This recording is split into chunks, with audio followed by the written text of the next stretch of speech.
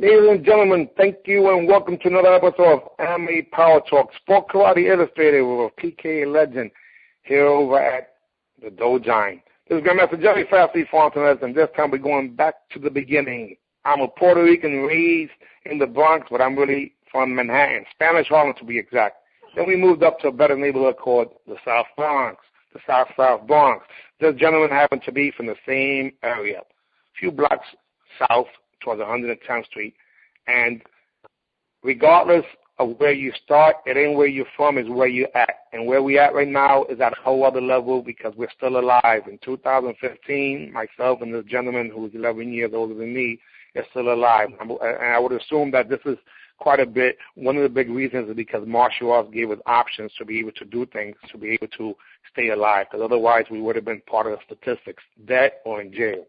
Anyway, this gentleman, whether it was point karate or kickboxing, he's one of the people that I looked up to, and he's shorter than me, and I still look up to him, you know, and this is because he was able to produce the results. Without further ado, the gentleman's name is Apache Cruz. Are you there, sir? Yes, I am. Hey, I am honored and I am blessed to have you as a friend and a big brother, and thank you that you're taking the time out to share your experience. Hey, that goes both ways. That goes both ways. Thank you very much. So this is, basically, let me give you the overview. If I went to war right now and I can only have 300 people in my army, like the movie 300, which I love quite a bit, you, sir, are on my 300. You're on my team. So that's what this is about, letting people know who I believe in, that are the real deal. I could be wrong, but there's a difference between quality and quantity, and sir, your records proves it speaks for itself. But anyhow, let me just say this. In the beginning, what was your motivation, your desperation, or your inspiration to start off in the martial arts? Now, I'm going to put myself on mute. I want you to say the year, the style, and as soon as you finish with that, then I'll ask you another question, sir. But I'm excited about this because, technically speaking, when it comes to a barrio, you're the first person from that area that I'm interviewing right now. You're not the first person being Puerto Rican and from New York, because that was Wilfredo Rodan a few years ago. But when it was all said and done, all your motivation, desperation, and inspiration to train in the martial arts, and what year it was, sir? Well, when I started was in the 68. 68 I started. It was Ishiru. My style was Ishiru. Then I had traveled with another style, Goju-Ru, with the late Soki Peter Flores. My motivation was because I always been short, and I always been a fighter. You know, so I hated bullies. They used to call me the giant killer because I used to go after the bullies. You know, people with the school I used to go to, PS 117, junior high school 117, when there was a problem. And, you know, I was intervening because I used to hate bullies. And some other people used to call me the giant killer because I used to jump in. I fight. I don't care how big you are. My motivation, that was my motivation. Now, who was your instructor in Ishiru? Well, my instructor in Ishiru, okay, he was a mentor of mine. His name was Billy Shaw, BillyShaw. Billy Shaw, that was my instructor, who he trained under Dennis Boodoo in Queens, Northern Boulevard. Wow. And when you started training in Goju, what year was that? Well, first of all, in Shinru, where was it at? Was it at PAO, YMCA? Was it Well, it was a community center up in Queens called Amcor, New York. Amcor Community Center up in 94th Street and Northern Boulevard. Wow, Northern Boulevard. Okay. So were you born in Queens, or were you born in Manhattan or Puerto Rico? Where were you born at? I was born in Spanish Harlem, man. I was born in Spanish Harlem in 102nd Street, 3rd Avenue. The buildings are not there now. We moved to 109th Street and 3rd Avenue, right across the street from PS Junior High School 117. and the famous singer used to live right next to my building, Mark Anthony, and his grandmother is my madrina. Let her rest in peace. Wow. Hey, but wait a minute. You rest in peace. Then that means that, see, 109th and 3rd Avenue, that means just one block up is when the young lords took the garbage and put it across the street and burned it, right? Exactly. We used to roll with them. Matter of fact, they took over one of the churches, 111th Street and Lexington Avenue. Yeah, the church.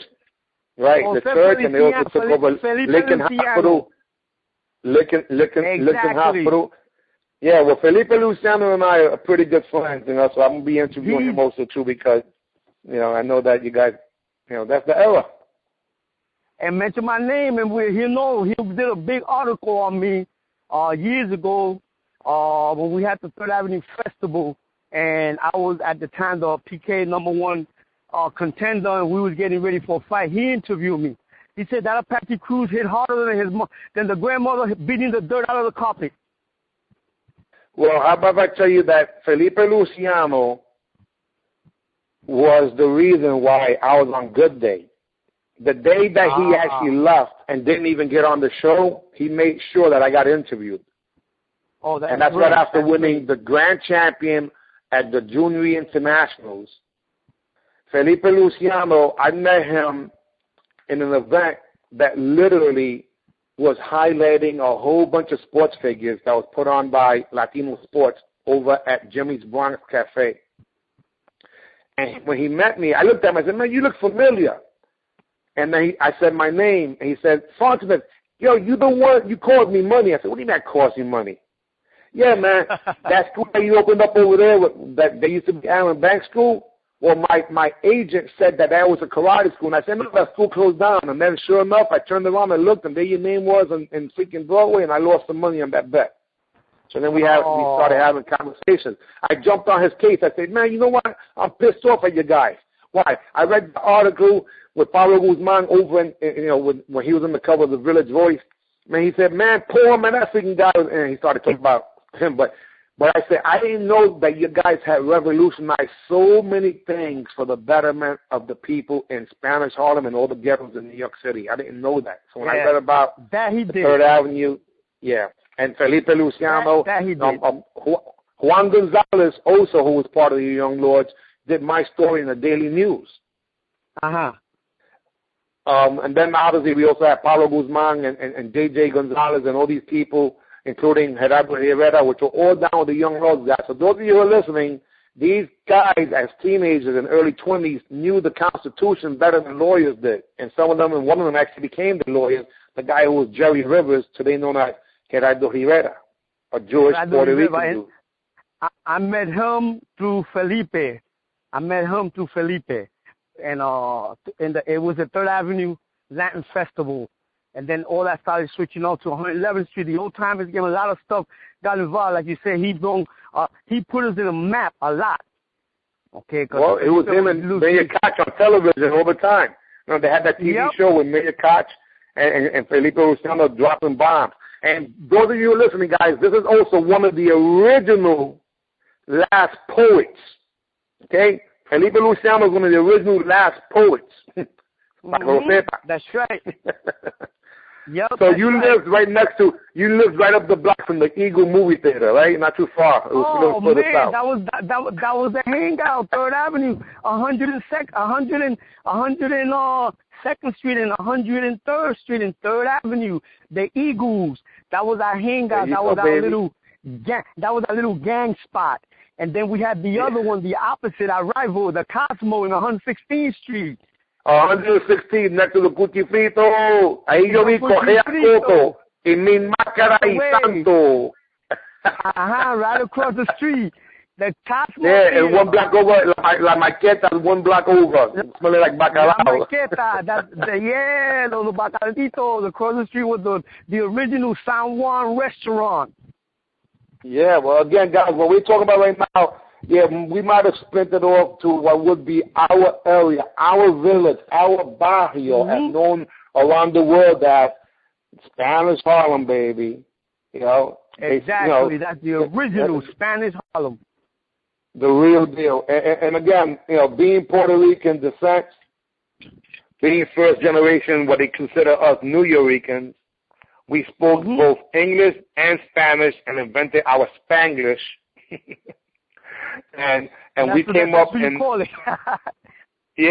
we came up in a culture that was really interesting because even though we knew that we were black with the African blood, we also spoke Spanish, but we also had another type of flavor being from New York, and that's why the so-called Cuban Afro Mambo became salsa from a barrio in the South Bronx when the first generation New Yorkers put a no twist to something that was different. And here you got the original music invented in New York, salsa, descendant of Mambo. If you want to get the real salsa, we used to go to the Bronx, Orchard Beach on Fridays when we used to see Hector Lavoe, Ray Barreto, Eddie Pamelli, Joe Cuba, Willie Colon, and everybody else. Even for those of you who don't even know, not only Tito Puentes was from the Bronx, but there was a time where Tito Rodriguez even lived in the boogie down Bronx. Exactly. Matter of fact, one of the other ones, Joe Patan, lived in 110th Street, and he used to run a community center up there called Theater Arts. All right, Joe Patan happens to be one of the legends in what's considered South Soul. He got soul music inside of Side Side. He started South Soul Records, one of the independents that came out, and literally he was one of the most famous known with the Boogaloo, but homeboy is not even Puerto Rican. He's freaking Filipino and black. He's Filipino. And he came out with the music. That's the first music. Boogaloo. Clapo, clapo. Huepa, huepa. Ahí nada más. La gente en el frente están caliente. Huepa, huepa. Ahí nada más. La gente en el lado están salados.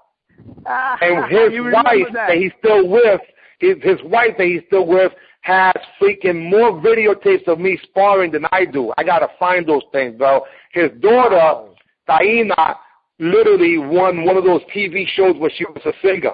When there was like a reality show. Ella ganó a few years back. So I gotta look them up. Pastor Joe Batan, Joe Batan's son. Actually, his name ended up being Batan, even though Joe Batan's name is that's just his stage name. But he named his son Batan, and Batan himself is became a top fighter. His daughter fought in my tournaments, and props to them. Guys, yes, just split it off, but it comes out to the same thing. Guerreros son guerrero, and in Spanish Harlem, we had not just one rose, but a whole bunch of roses and the thorns, baby. That's right. That's right. You right on that. Hey, but let's go. How about this? The first place that I ever jumped inside of a pool that was, 16 feet, whatever it was right off the high bridge. I should say the top of the diving board in Jefferson Pool. 112 and 13th Street and First Avenue. Jefferson and Pool. That's where we were. Legend. That's right. Exactly. That's a place where there was one time where you couldn't even go in there without sneakers because there was glass, so much glass in the bottom there that you would get cut. Yep. That's the Back old in the Jefferson days. Pool. Back in the days, man. That was it. That's it. That was the spot. But at the same time, when you had to go to Jefferson Pool because it was towards the east side, towards Pleasant, depending on your age, you had to run through there because the Italians were going to get you. So you had to make sure you was moving really quick. You know what I'm saying? If you're not fast in your feet, don't go through there. But you got the nickname Fast Feet, so you could go through there. Oh man, that's phenomenal. Hey, listen. So let's go back to karate here for a second, guys. We split it off because this is called our history. The history of martial arts / coming from what would be a barrio, or today they call it the hood. Back then we just called it home.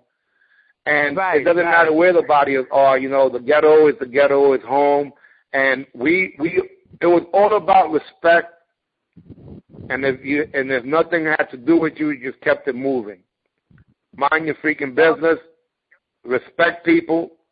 And keep it moving. Those laws still apply to this day, regardless of where you go in the world. So that's why I never had any beef with anybody, because I know the rules.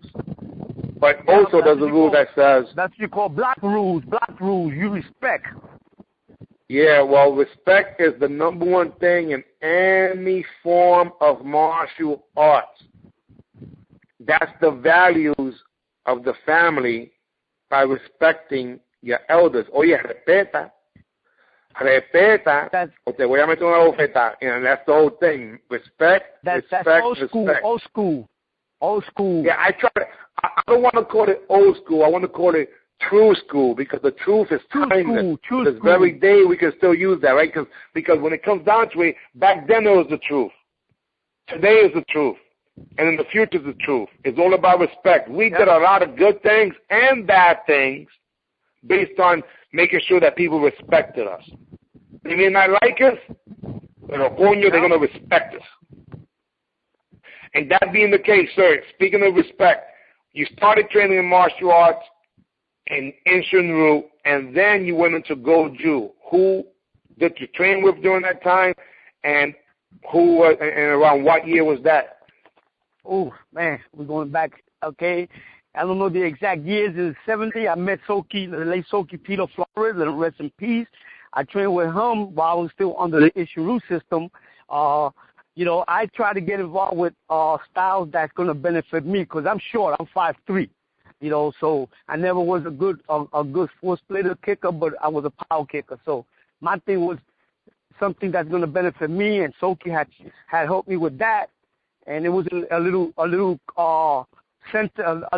townhouse called Cross House, and he teaches in a little basement, and that's who was my original instructor in karate. Period. If you want to bring that up with the martial arts, I started with him till I was a green belt.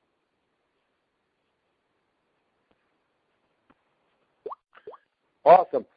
Now let's talk about some of the other people that were around during that time that you might have looked up to. In that time, in the 70s, 80s, I was fascinated in the kickboxing with Bill Superfoot Wallace. They used to call him, I don't know how far, but they used to call him Oak Tree Edwards. Oak Tree Edwards. Another. He's still around. Believe it or not, he's still around. Man, he was another impressive me, because I like the power. So he had power. Bill Wallace had that speed and the Oak Tree Edwards was the guy that was a sparring partner. He was a sparring partner with Mike Tyson and broke his ribs. That's an untold story, but that's what happened. He was one of Mike Tyson's sparring partners. Then a couple of names was brought up. Keith Vitale, Rome, Jerry Rome. These guys was awesome, and that when I used to see that, I said, I need to get into sport. Wow. All right. Now, how about some of the people in New York maybe that were doing if I mention someone like, it's hard to look at you and not remember Wildcat Molina. It's kind of difficult to look at you. Maybe because you guys were both bald. I don't know what it was, but two bald Boricuas. But that Wildcat Molina, I'll tell you. I met when I was training one of the girls who is the mother of my oldest daughter. She had said, there's a guy over there who teaches in Lexington Avenue in our house in the basement, and it was Wildcat, Orlando, Wanda, his late brother Lefty, let him rest in peace. And I went over there and I walked in the dojo. Wildcat wasn't there. Orlando was teaching, and then I walked in. I said, "Who's Wildcat Molina?" He said, "Oh, Sensei. He's not here right now." And, Wildcat always had his own little business with security and all that bodyguard. And when he came in, that's when he told me that's Wildcat. And I said, I want to spar with you. Bad words. Those are words I should have never mentioned, okay? Because I was looking up in the air. That's how fast he dropped me. It was awesome. Pa que repete. Huh? Yeah, exactly. The main word. You don't come to my dojo and actually spar with me, and then we became good friends. He's the godfather of my daughter. We became good friends, and people say, you know what? He must like you, Apache, because Wildcat got that character that people was like, fear him. And that's when he started training me, and I met a lot of kickboxers through him. You know, I met Steve Valencia, let him rest in peace. Rest in I met peace, yeah. Phil Torres. Yeah, and then when he had his first karate tournament, I had fought Wilfredo Roldan. Wow. It was in the 70s, and it was in junior high school, 117. Okay? You know, 17. Isn't that the school you used to go to? Exactly. 17, junior high school 17 was the Taft High School of the Bronx. Right. Okay, and we fought there. I think that's when he started his New York Professional Karate Association. And when I fought Wilfredo Roldan, okay, I already lost the fight mentally, because when I saw him a week prior to that tournament, he had come out in a movie with Tazana Washington. And when he came in the tournament, I looked at him and I said, oh man, that's Wilfredo Roldan. I said, man, I said to myself, I hope I don't have to fight him. Right there, I lost the fight. And wow. He played. Well, Roldan was one of the people that we interviewed too. We interviewed Roldan also, man, because there was one of those guys that people, I mean, he literally, this gentleman was from the Lower East Side, and he literally was one of those people who not only was a student of Owen Watson and Frank Ruiz, but he was also taken over to even Master Peter Irvin himself. So what happened was that once they finished with him, so when Owen Watson finished with him, then Frank Ruiz grabbed him. When Frank Ruiz finished with him, he sent him over to Irvin. So he became the descendant and the owner of what would have been Nisei Goju. But he also trained with, which I didn't know this until I spoke to him, with Professor V. And to the point where his style is a combination of Jiu-Jitsu rule combined with that. So I didn't know these things, and if it wasn't for these conversations, I wouldn't be able to have an intelligent information, and that's what this is all about. You know, I spoke to you recently, and one of the things that I told you was that this information, now guys, please understand, whatever you want to call him, whether it's Hanshi, Sensei, Master, and I'll ask you whatever you want to be addressed as, and I'll call you that accordingly, but the legend Apache Cruz normally wouldn't be a person to do too many interviews. But I told him, and I'll say this again, this is not your history. Your history belongs to all of us. Didn't I say that, sir? Do you agree? Yes, you did. Yes, you did, and I respect that. Because without you, then there wouldn't be me. Without every single person who came before us all. See, people like to say us. I like to say us. Because you ask all of us. All of us either benefit or lose because of everything that we do. Because we're interconnected. We're absolutely bar-none family. And family, literally, as we have dysfunctional as any family in the world.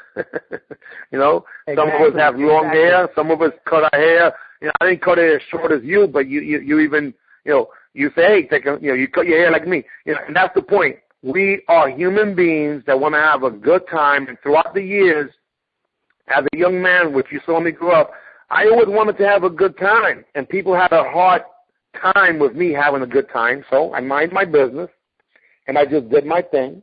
But I always happened to get respect from people that I thought were the real deal. And the real deal weren't people who were just teaching to me. They weren't just people who were just doing even kata. I respected those people also. But the ones that were knocking heads, they're the ones that I respected the most. Whether they knew I respected them or not, I was always a fan. And nothing's changed, except that now I have more people that I have to, there's just more people that I respect and I love. And I don't want these people to die without them knowing that we appreciate them. I'm getting ready to make 2 phone calls this week with 2 gentlemen that literally are in some back stages of cancer. By having a conversation with them, I think that it'll help them stay alive. Now, when rest in peace, Soki Peter Flores passed away. I didn't get a chance to visit him in the hospital, but I did send him a video that made him laugh because he remembers me going to the tournament. Yeah, I saw that video. I couldn't attend the hospital, but I when he was in a talking mood, I definitely gave him a call, and we conversed for about 45 to an hour, and we brought back some old memories, and I pray that conversation cheered him up, and he's with the Lord, he doesn't have to suffer. But right now he's here. As we speak, when you talk about people, since we're energy, people believe that humans can have a spiritual experience. And that's the opposite. We're spirits having a human experience. And when you know that to be a fact, you know that when someone is remembered, they're here right now. I see him smiling right now as we speak. And this is what it's all about, guys. We want to have funerals for people while they're alive. In other words, celebrate people while they're alive so they can hear you, as opposed to when they can't anymore. I believe that wholeheartedly. So this is really about us, U.S., all of us benefiting. The reason why you're 5'3" is because I stood on your shoulders. We stand on the shoulders of giants. Exactly. And other people stood on your shoulders. So give it props where it's due. Hey, just so you know, this is a sincere pleasure and honor for me to have a conversation. I still get a kick out of the fact, guys, that people know who I am, and it's because I'm Jerry Fontenez. Fast Feet Fontenez has a whole different character. That's someone whom I created, I should say my mother created, and I just, made sure I made mom proud. But if you eliminate my ability to even pick up my leg and throw a kick, I was always a fan first, and I continue to be a fan. However, I may not be a happy fan today because a lot of the things that I see today is not consistent with what I consider being effective. So I'm going to do my efforts along with other people of similar mind to make sure that we bring back the platform that's consistent with, and there are people worldwide on the same mindset. So what I have is called the Unified Martial Arts Network. So if someone has a tournament circuit and they just make a few tweaks to their program, I have 12 countries right now that would jump on board to create what would be a legitimate international rating association, because those ratings is the reason why I continue in martial arts. Yeah, and what do you think about that? You have a lot of supporters, Grandmaster Jerry. You have a lot of supporters, and me, like I said, I had seen you in the circuit coming up, and then I was a fan of yours, and I'm still a fan of yours. And likewise, you're 61 years young. I hear, I'm fighting this Saturday in Miami. And good luck. Thank you very much. And the reason I'm fighting is because I can. So if God gives you the skills to be able to do things, you're supposed to use those skills to give your so-called respect right back. Exactly. And a lot of people will judge you because you decide to do something that you enjoy. Well, they're not allowed to do that because free will is what God gave us. And that free will says, do what you want. That's what separates us and the other animals. So how about if I tell you that the best is yet to come? I believe that. And I am also competing January 10 because I love it. And in February 6th, and that's my birthday, baby. So, hey, who knows? I'm either going to come out with a Grand Championship trophy and send it to you as a gift, or I'm going to come out with a black eye and send it. Either way, I'm going to have something. Send you the picture. and you know what's so funny, that, guys, when you talk about trophies, the black eye is a trophy itself. Because it shows that you're part of this whole world. So when you go people used to say, hey, man, you're the only person I know that comes to school, to work, to wherever, with a black eye smiling. I say, because you should see the other guy. Exactly. Another thing, talking about coming back to Wildcat Molina, I'm going to tell you, you're talking about trophies. I have won a couple of 3-feet trophies, 4-feet trophies, and then I got a little, I don't know if I call it 12-inch or half an inch, but that trophy I still have, okay? And that trophy means more to me than any bigger trophy because I remember that's a trophy that I had to fight Wildcat Molina for grand champion in New England. And I felt so proud because, you know, I'm glad because we fought for first place. And you know, in those days, when you used to fight, you know how you used to fight the first place winner versus the first place winner for that division, and then you win that, you fight for grand champion. So I fought first place in my division. I had to fight first place middleweight, first place which was Wildcat then, and I wanted to bow him out. You know, in old school we used to bow out for respect. And Wildcat told me, "No, man, we're gonna show these guys in Boston, the way it New should England, be done." Exactly, man. That we old school, we fight.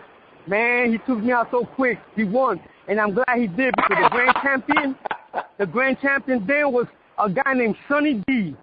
Okay, and it was like a gazelle. Me compared to him was a dwarf, cause you know I'm short. And man, Wildcat wiped the damn floor with him, man. Sonny D. Daniels is Mafia Holloway's instructor.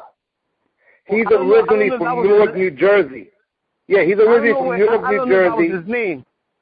Oh, no, Sonny D. Daniels. That's his name. Sonny D. Daniels was a big black dude that literally, years after, he ended up having a stroke. But he was Mafia Holloway's instructor. Sonny. They call him Sonny D. He had that's the guy walked fought. Yeah, he had the badge system, which was called the Black Art of Deception. They used to use the red, black, and green colors. You know. Okay, yeah.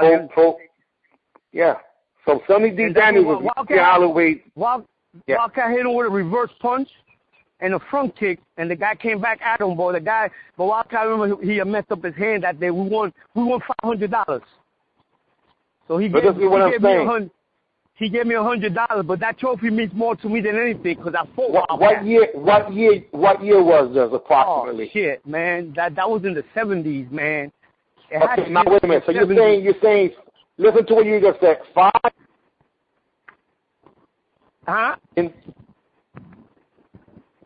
This is $500, right?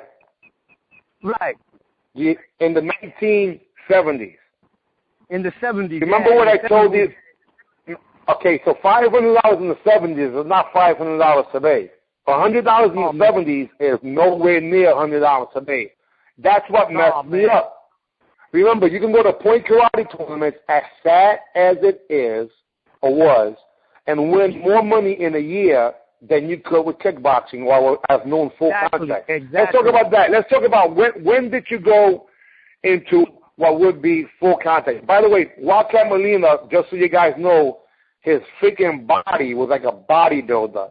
His waist to his shoulders was ridiculous. I mean, this freaking guy's wingspan was, and to this very day, he's diesel. What the heck is that about? Yep. He was cut like I don't know how to say it, man, but this dude was cut, you know, and he started at NYPKA, and I fought there, like I said, when I fought Federer wrote down his point, it was in that tournament, and then I got into the kickboxing. I fought I'm going back now, at the Beacon Theater. Yeah, baby. 77th Street and Broadway. I fought a guy named Johnson. I think his name was Robert Johnson. Matter of fact, the referee for the fight, which also was one of my mentors, was Grandmaster Reno Morales. Let him rest in peace. Everybody know who Reno Morales is. Yep. He stopped the fight. He stopped the fight in the second round that I put him down, and he hold me. Matter of fact, I got 2 pictures of that if you want me to text it to you. Those pictures are very important because when it's all said and done, this interview will be able to be seen over at Dojine.com / we're going to put Apache. and that'll be your own website that has this information. So any photos that you want, we'll put them in there. That was at the Beacon Theater. Ralph Mitchell, that was his name. Ralph Mitchell. Wow. Ralph Mitchell was a Fujal Pride fighter that comes from Port Vizio's camp. He's one of the Kung Fu guys, or I should say, one of the Kung Fu guys that actually fought with a big mustache. Everybody had a mustache back then anyway. Yeah, he had a big afro. I think that's the guy I fought. I'm going to double check my records because I got photos of that. And Reno Morales grabbed me when he fell. And I told him, no, man, I'm going to go kill him. This is the name of the game. He told me, take it easy, Apache. Don't get disqualified. Take it easy. You know, because when I get somebody hurt, I got to go after you. You know, because if not, you might take me out. And then I fought a guy named Johnson. Then I fought Israel. I fought Anthony Salerno. And I fought... Are you talking about Israel Rodriguez? Yeah, Israel Rodriguez. Another guy from Spanish Harlem. Or actually, he was from the Bronx. Right. He was from the Bronx. And then I fought 12 rounds. He's the one that introduced me to the leg kick, and this guy was a cast iron, okay? And you know him very well, very, very well. His name is Grandmaster Jonas Nunez. Oh, wow. I don't know if you was aware of that me and him fought for the NYPKA, and he introduced me to the leg kick because he was more to the Muay Thai. He kicked me so hard my leg, I thought I was growing a head. Yeah, well, that was during the time where I started. That's when I resurfaced to the martial arts. See, my background really comes from Long Fist Kung Fu in '74, but in 1976 I joined Sang Soo Tiger Kim. Rest in peace to him. Man, Tiger Kim from the Bronx. Yeah, of course, Tiger Kim. You know, Supreme Grandmaster Tiger Kim. He's the reason why. When I came to the karate circuit, when I met Jonas Nunez, Jonas originally green belt, training in whatever he was doing, but Louis Trujillo from the Bronx, they went to Clinton High School together. Clinton High School. I met him Clinton. Yeah, they went to DeWitt Clinton, both of them, and that was sports, you know, orientated school. It was that and Kennedy that had a lot of people. But anyway, when I met him, I was a red belt in Taekwondo. He was a green belt, and I don't know what style it was. And then, but I was strictly a Taekwondo fighter, Taekwondo circuit. When I went with Louis Trujillo to a tournament at the PAL on Webster Avenue, promoted by Lamar Thornton and Chink Valencia. Right, and Chink Valencia. Steve Valencia's brother. Right? Steve Valencia's older brother. That tournament was the first time that I knew that it was even a whole other world of karate. Because I used to come strictly from Taekwondo tournaments, going through Henry Cho's and things like that, right? Right. So now when I went over to this, the Americans. So when I went over to this tournament in I didn't go compete. I just went there to watch. I couldn't believe that it was like gangs, and everything smelled like Tiger Bomb, and I couldn't believe that the referees were actually like, the judges were like talking to they were talking back to the judges. We couldn't do that in Taekwondo. That was not allowed. So I saw a whole different thing. I seen guys fighting with their hands down, throwing punches. I heard of a dude named Ralph Mitchell. I should say not Ralph Mitchell. Ramon Smith, Dominican Republic. That he had beat. Yep. He had finished beating Howard Flash Jackson. Yep. Yeah, Dominicano from Jun Lee, from the Jun Lee Institute. That he had finished beating. Yeah, he had finished beating. Literally, he had finished beating Howard Flash Jackson in 1974 for the first PKA New York World Championships. Howard Jackson. Yeah, rest in peace. And then he lost to Isales Dueñas. Isales Dueñas was the guy who actually beat him for the title, but he's the one that's why the only person the only person who did not win world championships from America was the lightweight, because Bill Wallace, Superfoot, won the middleweight. Jeff Smith won the light heavyweight, and Joe Louis, rest in peace, won the heavyweight. That was 1974, and that's when Telly Savalas was the host, and it was Wild World of Entertainment. And in addition to that, the person who was the promoter, which became a very good friend of mine, believe it or not, was Mike Anderson, the first PKA promoter that invented what's today known as the PKA. Right. And there's a photo right now today as we speak, right on my wall, which I'm going to tag you.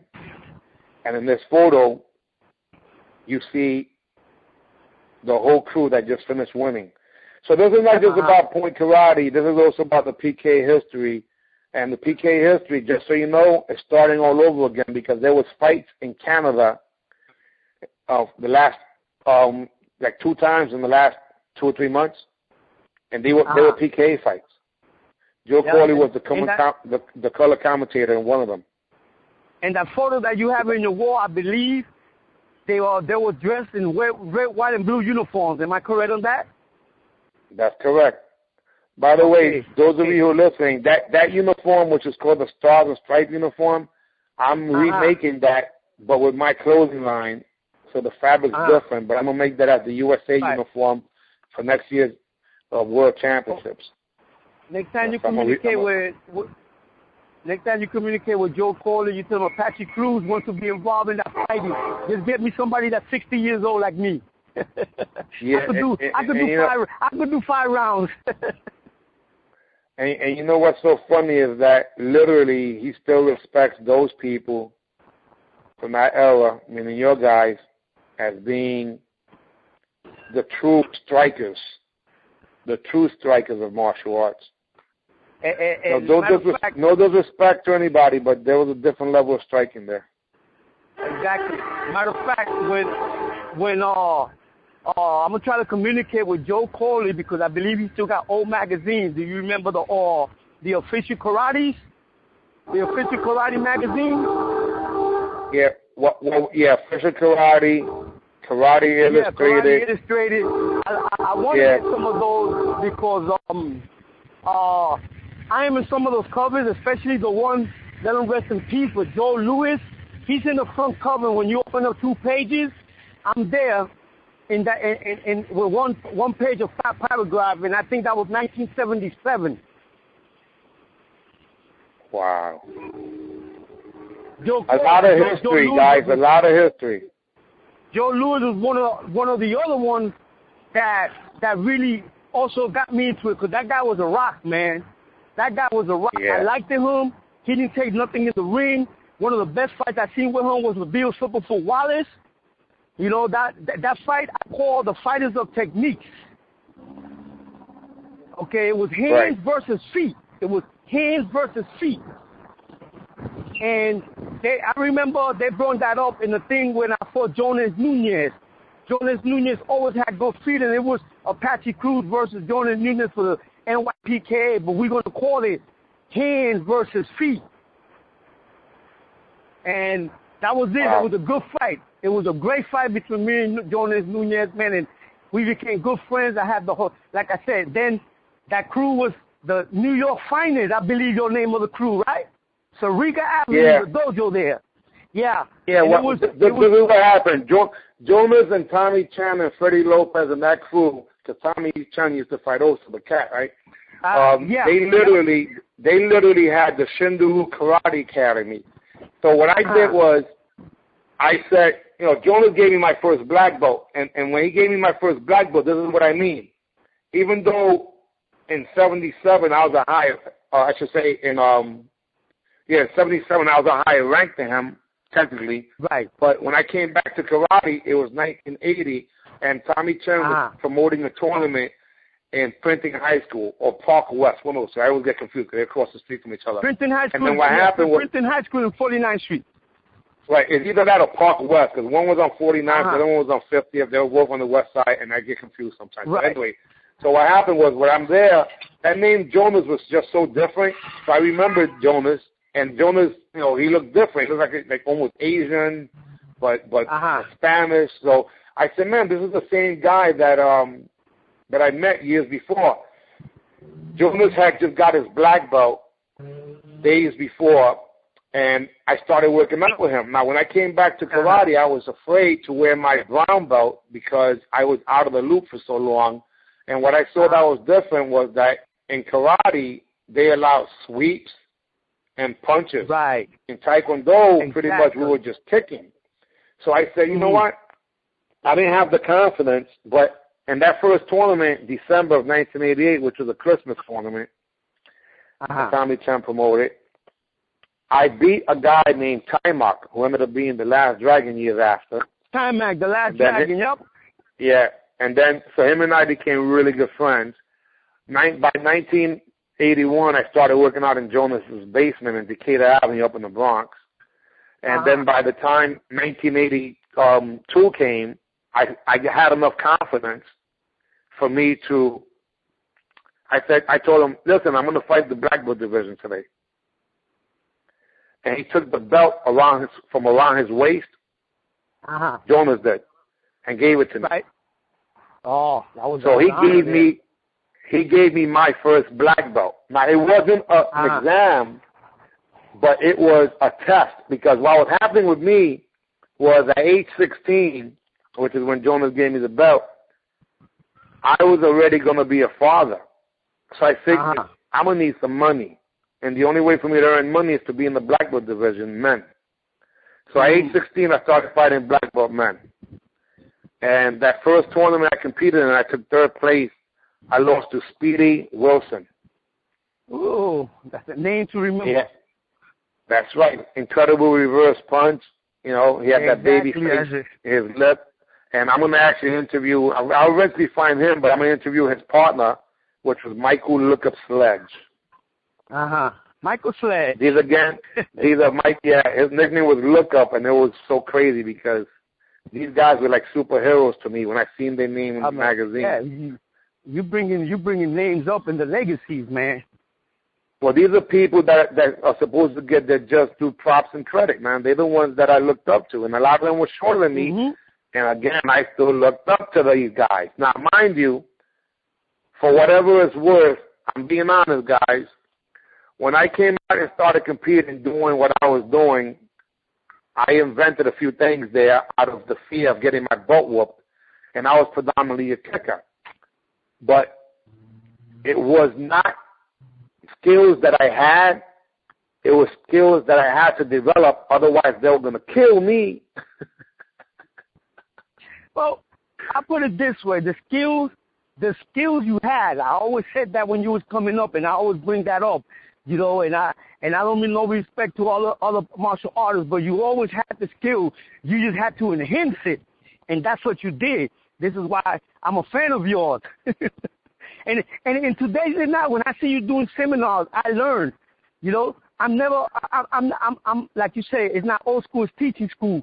I love to pick up things. You know, it doesn't matter who's teaching it. If it's something that's going to work, it's going to work. It's like you said. There was one time I saw you do a seminar working on, I think you call it the dummy, the bob. And I see you, that speed, the kicks, and I told my kids, well, look, I got videos I show to my grandkids because I'm training them. You know, they said, you know, my granddaughter said, Grandpa, that guy is fast. I said, yeah, they call him fast feet. He said, wow. So she starts stretching. Now she starts stretching. So I'm going to say that's the idea. We all motivate each other because those children are part of our family. And I can say that with no hesitation because the simple fact is that I have learned more from every student that I've ever taught because they had a different approach to techniques. And that's something that is incredible. When you teach somebody something and then they do a different twist to it and it comes out even better than what you was trying to teach them sometimes. It's like, wait a minute. Exactly, yep. And then what the heck is that? Can you do it again? Yeah.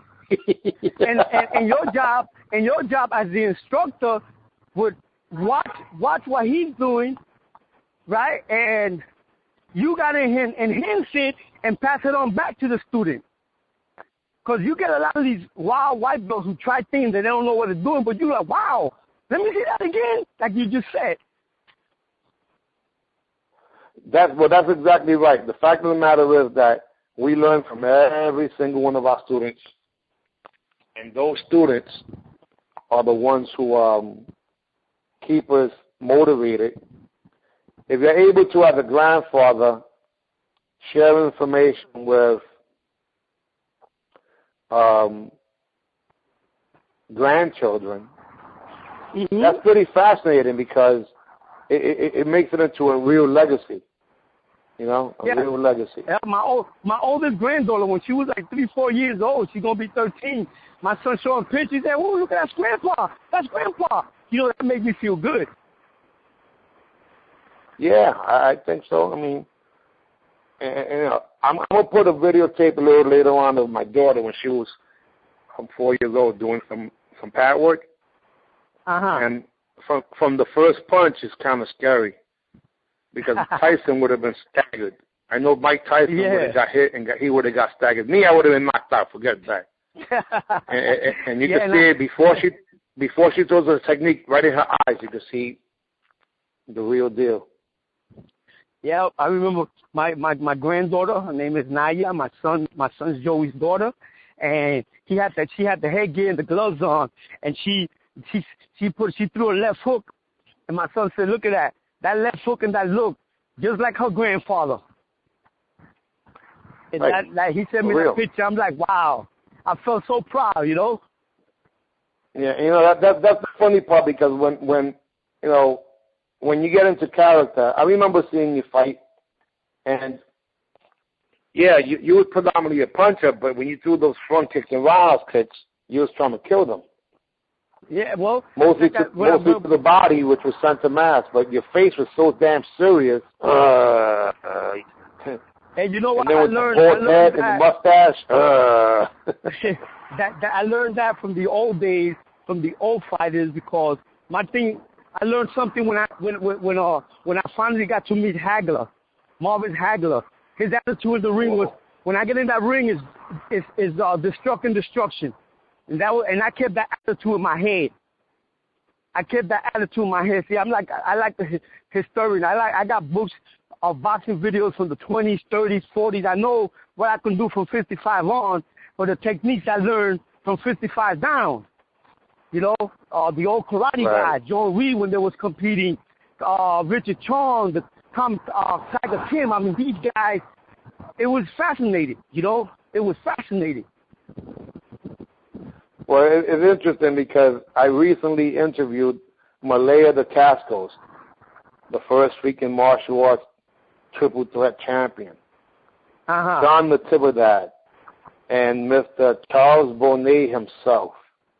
Charles Bonnet, people, that's a legend right there, boy. Yeah, well, each of them literally put people on the map, you know, on a whole other level. And it saddens me that I'm excited that now people are going to know who these guys are. And that's my job, to make sure that people know that there's people before us.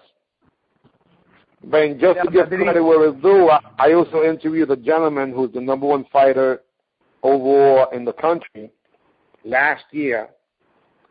He's a throwback fighter, incredible kicks. And his name is Justin Ortiz, and he happens to be a Puerto Rican also. So he's the second Puerto Rican ever in the NASCAR circuit he's the first Puerto Rican ever in the NASCAR circuit to finish #1 overall, not just winning his weight category. And he's the second Latino in the NASCAR circuit. Now, in 1980, I would have been the first one, but I finished #3. They did some interesting stuff, but I didn't mind because I won I finished #3, but I also had 150 students that year that were paying me, you know, quite a bit of money. I was fortunate enough to learn how to taking martial arts as my vocation, because I am a 8th grade graduate. I never got out the 9th grade, but I never stopped educating myself. Okay, that's what you call. I go back to my 60s and 70s. That's what you call street education. Yeah, the bottom line is that all of us have intelligence. Education comes from experience. When you're reading books, it's supposed to be education, but intelligence, God gives you. Exactly. We have intelligence internally. We're smart enough, and our body's smart enough to make a heartbeat. It's smart enough to do whatever it takes to stay alive. And you can also cultivate what would be that intelligence by putting some effort into it with discipline and focus. And then you're able to take that intelligence to a whole other level. Exactly, so I believe the difference. There's book smart, and then there's experience. And intelligence is being able to use what would be the book smarts and intelligently utilize it. So I don't have a GED, but I have a PhD in life in terms of results. And I think that's as important as getting a school grade. And I don't have to pay back the school loan.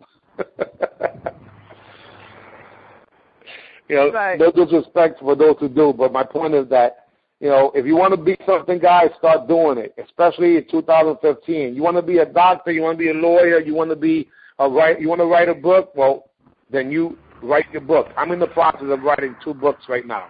Not 1, 2. Great. Now I won't be able to edit it myself, so what we do, we hire somebody that can edit it. And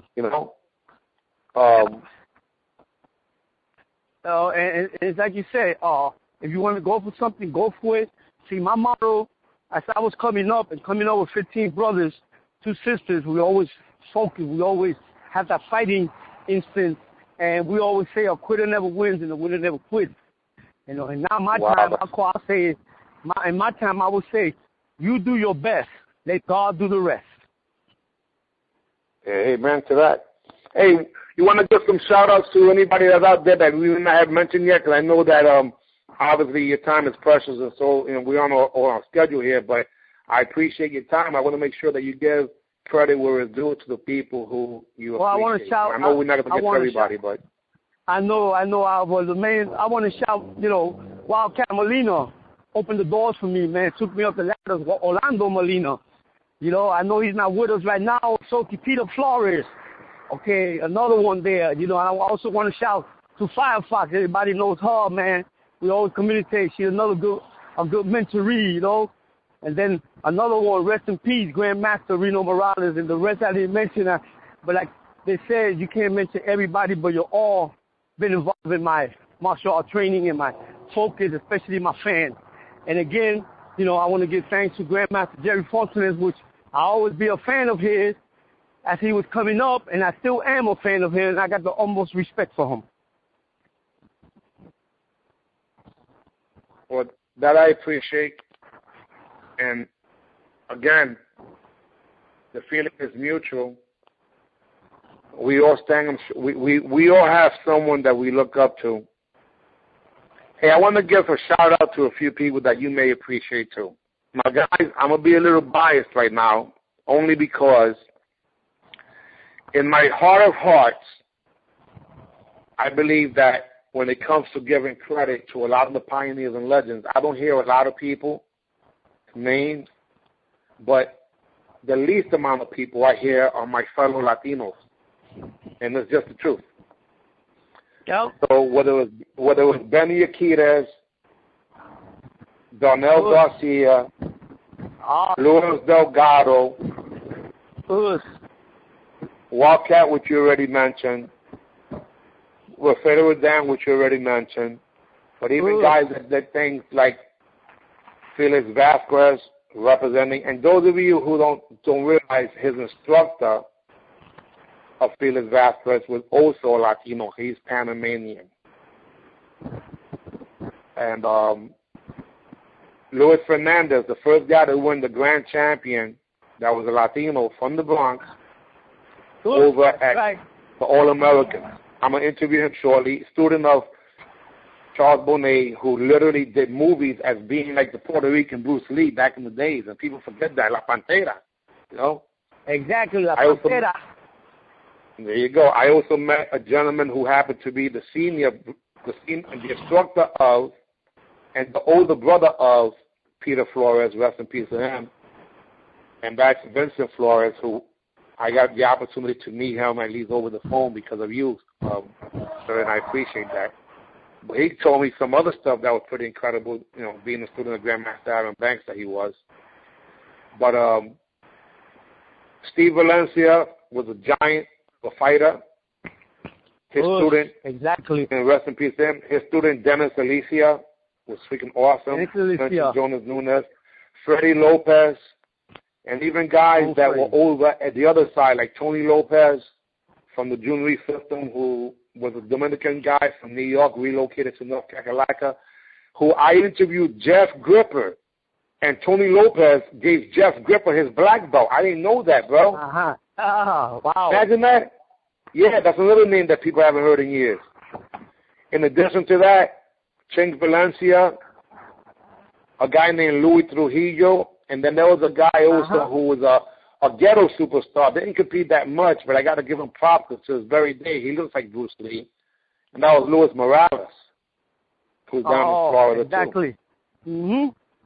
Now, guys, please understand, I'm mentioning their first and last names, but all these guys are pioneers and legends, masters, grandmasters, Sokis, Hanshis, etc., but I respect them as being human beings. Tommy May is Puerto Rican, guys, too, so I'm going to put Tommy May on tonight's list also. Westchester Academy of Self-Defense. And again, this is things, and Tommy May was one of the first people who literally was teaching what was the Jerome Mackey School up in New Rochelle, baby. How's that? For a throwback name. You know, you had guys like... Let me throw one name in. Also, the Grandmaster Morales' brother, Reno Morales. He's out in Florida also. And I like to say Demetrius Havana, who trained Cliff Thomas. Let him rest in peace. Well, Demetrius the Greek Havanas was the instructor of Chris Thomas. Exactly. Of Cliff Thompson, which I haven't interviewed him yet. But he was also the instructor of Ray McCallum, who I have interviewed him already. Rudy Smetley, who I interviewed him already. Troy Dorsey, who next week I'm interviewing him. Troy Dorsey, remember him? Tim Kirby. Tim Kirby and a whole bunch of other people, all trained by one guy, which is Demetrius Havanas. And that was the Greek. The Greek passed away in an airplane, in a plane, he was flying over to Atlantic City to fight, I should say. I'm not sure who he was fighting against, but all these people are our, what we consider pioneers and legends that we respect. In addition to that, we also had guys in New York City that still haven't been mentioned. I'll give a shout out to Lou Ferrer, who represented in a big way and still does to this very day. You know, Lou Ferrer is no joke.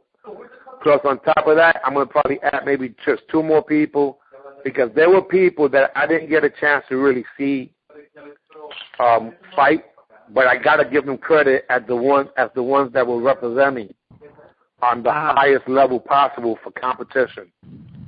One of the guys was a Taekwondo stylist named Frankie Calderon. Frankie Calderon was a student of Joe Hayes.